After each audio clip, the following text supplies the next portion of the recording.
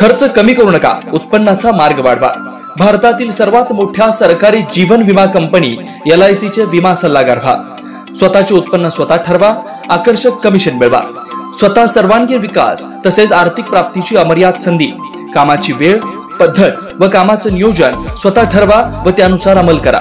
मोफत भरतीपूर्व प्रशिक्षण, कोणतीही गुंतवणूक नाही। पात्रता किमान 10वी 12वी पास, वय 18 वर्ष पूर्ण, ट्रेनिंग व परीक्षा पास होणे आवश्यक। संपर्क अरविंद बगाडे, विकास अधिकारी LIC। Mobile number 9422 41 99 03 82 08 09 67 16।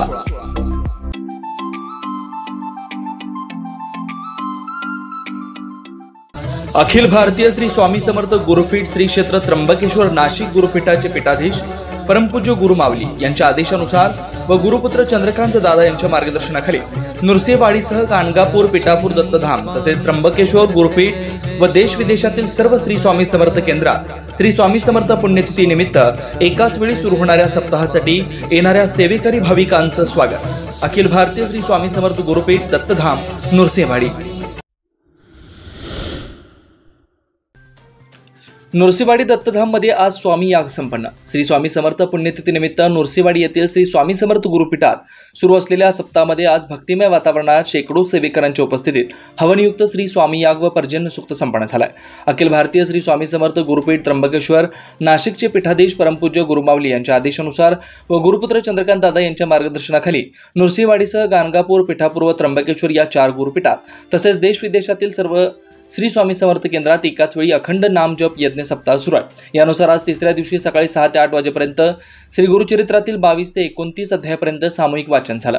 8 वाजता भूपाळी आरती झाली। आरतीनंतर स्वामींच्या मूर्तीवर मान्यवरांच्या हस्ते अभिषेक व षोडोपचार पूजा करण्यात आली। यज्ञ विभागामध्ये याज्ञिकींनी विधिवत मंत्रोच्चाराने सकाळी यजमानांच्या हस्ते नित्य स्वाहाकार केला। सकाळी 9 वाजता शेकडो सेवेकरांच्या उपस्थितीत श्री स्वामी चरित्र सारामृताचं सामूहिक वाचन करण्यात आलं। यानंतर हवनयुक्त श्री स्वामी याग झाला। पृथ्वी तलावर भरपूर पाऊस पडावा, पृथ्वी सुजलाम सुफलाम व्हावी यासाठी पर्जन्य सूक्ताचं पठण करीत प्रत्येक ओवीला हवन करण्यात आला। सकाळी 10:30 नैवेद्य आरती झाली। आरतीनंतर पालखी प्रदक्षिणा झाली। याग पूर्ण झाल्यानंतर याज्ञिकींनी स्वामी यागाची महती व हवनाची आध्यात्मिक व वैज्ञानिक महत्त्व सोप्या भाषेत समजावून सांगितलं। दुपारच्या सत्रात 3 वाजता याज्ञिकी विभागाकडून विनामूल्य याज्ञिकी प्रशिक्षण देण्यात आलं। तसेच सामूहिक श्री दुर्गा सप्तशती, स्वामी चरित्र सारामृत पाठ वाचन, पर्जन्य सूक्ताचं पठण करण्यात आलं। आज गुरुवार असल्यानं सायंकाळी 5 वाजता कृष्णा पंचगंगा संगम घाटावर पालखी सोहळा झाला। पालखी सोहळ्यामुळे संगम घाटावर श्री स्वामी समर्थ पादुकांवर सेवेकरांना अभिषेक करण्याची सेवा मिळते। सायंकाळी 6 वाजता औदंबर प्रदक्षिणा, 6:30 वाजता नैवेद्य आरती झाली। 7 वाजता विविध विषयांवर मार्गदर्शन झालं। नित्यसेवा व नित्यध्यानमध्ये गीतेचा 15वा अध्याय, विष्णू सहस्त्रनाम, शांतीपाठ आदी सेवा करण्यात आल्या। उद्या सकाळी 8 वाजता हवनयुक्त श्री चंडी याग होणार आहे। सप्ताह काळातील सर्व धार्मिक कार्यक्रमांचा सर्व भाविक सेवेकरी भक्तांनी लाभ घ्यावा।